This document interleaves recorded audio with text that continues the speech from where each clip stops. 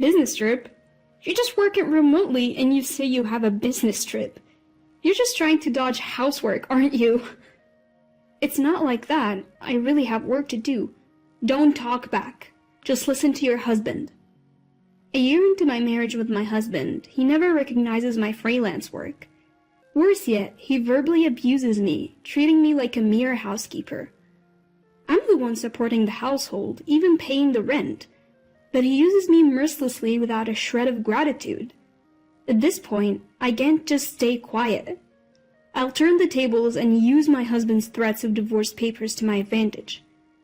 With the image of his frantic scrambling in my mind, I headed for my business trip.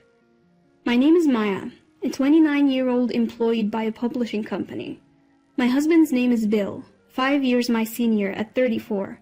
We met 3 years ago when work took me to a different region. Bill's job was similar to mine. We both went to local places to sum up the current situation and write articles about it. We both worked in publishing, and with shared goals, we quickly clicked. We'd go on reporting trips together, and even after returning, would keep in regular contact. After 2 years of dating, he proposed. We didn't have a wedding ceremony, but we wore wedding dresses and tuxedos for photos, pledging our love in our own way. Post-marriage, we both moved into the condo where I have been living. Since there was extra space, the move went smoothly. Upon getting married, I thought about pursuing my dream of freelancing. Leaving my job would mean losing benefits, but I wanted to take the challenge on my own. About a week after the wedding, I decided to discuss this with Bill. I brought it up while we were having dinner together after work. Hey Bill, I'm thinking of quitting my current job at the publishing house. What? Why all of a sudden? Didn't you say you wanted to work harder? Yeah, I did, but I want to try freelancing. Freelancing? You're going to become an independent reporter? Yes. I want to work freely without being constrained by the company's policies. I candidly shared my genuine feelings. I thought Bill, being in the same industry, would surely understand. But then, what came out of my husband's mouth wasn't encouragement, but mockery. Pfft, independence? Really? Come on. You know that's not gonna happen. Why? How can you be so sure if I haven't even tried? You're dreaming too big. The only reason your articles are popular is that you work for a publishing company. That may be true, but what? You think you can keep that popularity if you go solo? That's not fair. Look, you're not cut out for this. We're married. Focus on housemaking, not your career. As he ate the dinner I made, he spoke those cruel words as if they were nothing. I was infuriated.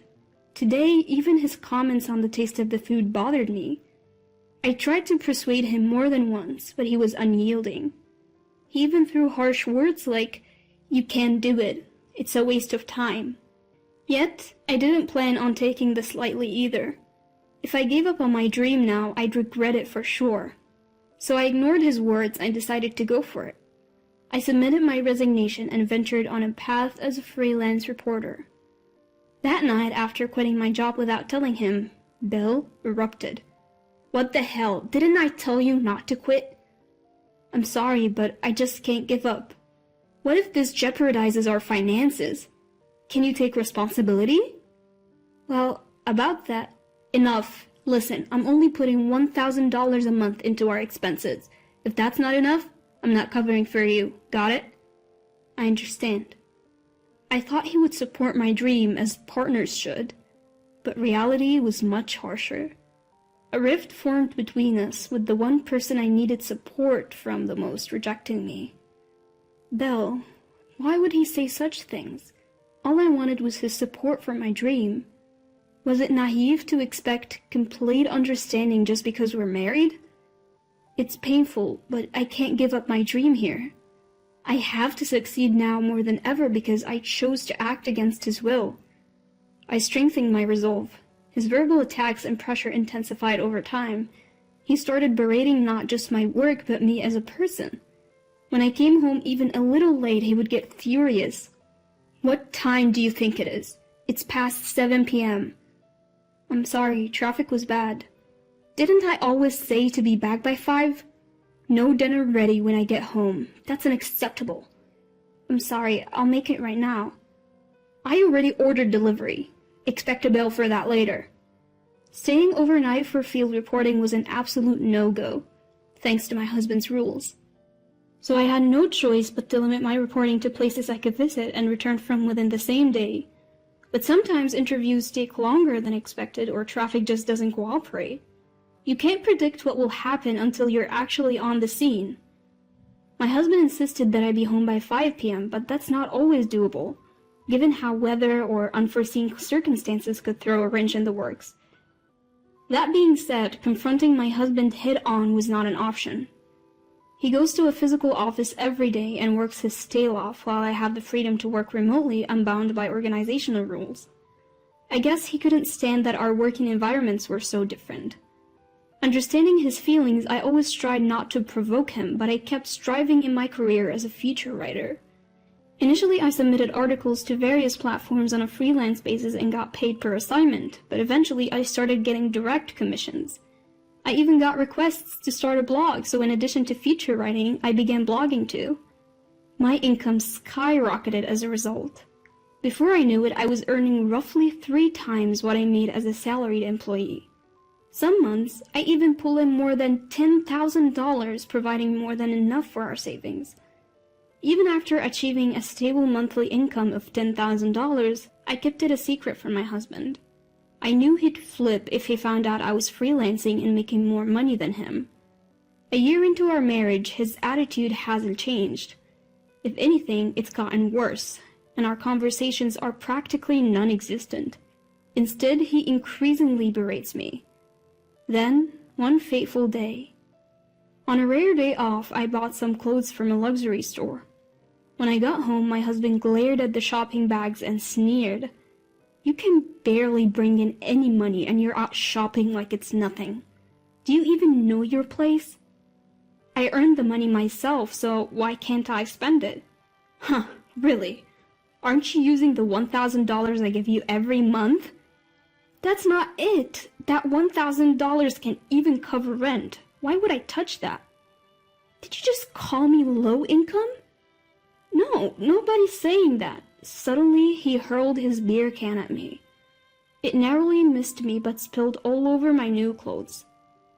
"What are you doing?" Fuming, he shouted back. "I give you $1,000 every month, okay? You should be grateful." "Grateful? The missing rent and all the other bills are paid from my earnings. You must be dipping into your savings, right? There's no way you're making more than me. Believe what you want, but I'm not burdening you, not in the slightest.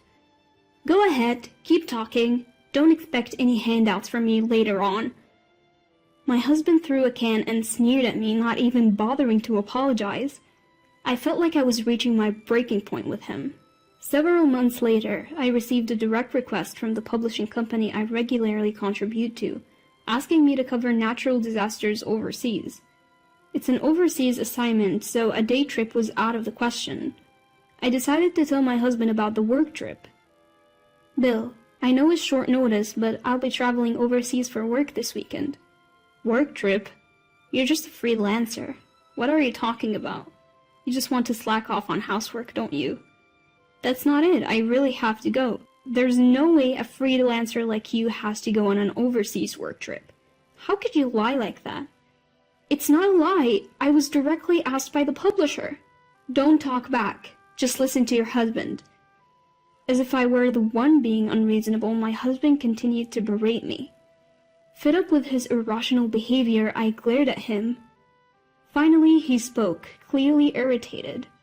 "Do you even know your place? You're just a reporter in name only, practically unemployed, and yet I still stay married to you." "Stay married to me?" "Yeah. You wouldn't survive without me. If you have a problem with that, let's divorce." My husband pulled out divorce papers from his suit pocket and tossed them in front of me. That was the moment. A vein in my temple throbbed, and a rage I've never felt before consumed me. I can't take it anymore. I absolutely refuse to stay married under these conditions. From now on, I'll use him to my advantage. My husband always threatened me with divorce papers whenever he was displeased. Until now, I'd always apologized because I didn't want a divorce, but I realized that wasn't necessary anymore. I filled out the divorce papers and submitted them while he was out. I also arranged to terminate our condominium lease at the end of the month. Furthermore, I moved up my overseas work trip and headed to my destination that day. I didn't tell my husband anything and kept my messages and call notifications off. Having finished all my work, I returned home after 2 weeks abroad. The time was already past 8 p.m. and the lights were on in the house. I didn't want to see him, but I had no choice but to go home. Taking a deep breath, I opened the front door. Hearing that, a series of loud footsteps erupted from the living room. I looked up and saw Bill standing tall with his arms crossed. Just as I was about to speak, he started yelling at me.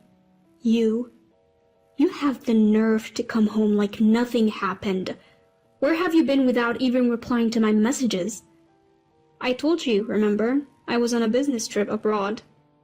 Business trip? Business trip?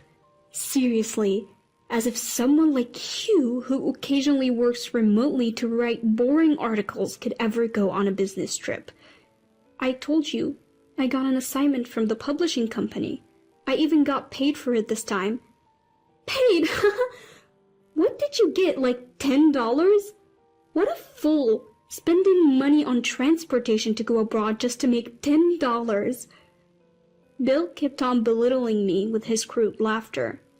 But what he didn't realize is that we're no longer husband and wife. He's only able to act so high and mighty because he doesn't know, and his words no longer have any effect on me. Finally, I calmly said, "Do you enjoy putting people down like that?" "What? What are you talking about? If you feel belittled, it's your fault, isn't it?"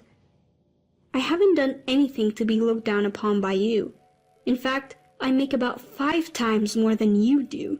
5 times? As if. That would mean you're making close to $10,000 a month. Yes, that's correct. What? Faced with this unexpected truth, Bill's face twitched. He clearly couldn't stand the fact that I made more than he did. Fuming, he blurted out, "You've got to be kidding me, you're such a liar. I'm divorcing a wife who won't even do the housework." Panting heavily, Bill shoved new divorce papers in my direction. With a smile, I revealed the truth to him. Another new form for me to sign. "Yes, sign this quickly." "Don't worry, I already submitted the divorce papers 2 weeks ago." What are you talking about?" "We're not married anymore. Why are you still in this house?" Bill stammered, barely able to get words out. Finally he spoke. "What do you mean you filed for divorce? Why would you do that?" "Why? Because you handed me the papers." "But I didn't really want a divorce." "Well, too bad. I thought it was okay to part ways, so I filed." "You've got to be kidding me. I just gave you those papers to scare you into understanding your role as my wife." Bill grabbed my shoulders, his eyes filled with anger. As I suspected, he never intended to divorce me. He just wanted to intimidate me into obeying him. Knowing this, I chose to divorce him anyway. I realized I could never be happy with him. Finally understanding this, I unleashed all my pent-up feelings. "You think you can lecture me? Do you know how it feels to have your dreams mocked by the one person who should support you?" "Hold on, Maya, don't call me like we're friends. We're divorced, we're strangers now." "What am I supposed to do now? Can I stay here?" "This is my condo. You're essentially trespassing. I never want to see you again. Leave now." I threw Bill's belongings out. Initially he resisted, but eventually gave in, shoulders drooping. After that, Bill called his parents and apparently moved his stuff to their place. However, due to the circumstances, they refused to let him stay and told him they wouldn't help him financially. As a result, he had no choice but to live on his limited income and move to a cheap apartment far from his workplace. He can't spend money like he used to, and just getting by has become a struggle. His savings have run out, and now he's living a dull life just trying to save money. As for me, I've signed a lease on a different condo and started living alone. The move went smoothly, and now I'm enjoying my work in my new home office. Thankfully, my articles are getting featured on major online platforms. The blog I started on recommendation has also become a good source of income as the number of visitors kept increasing. I plan to continue doing what I love, writing great articles and covering stories from places that interest me. I want to keep my current job, but do it in a way that's sustainable for me.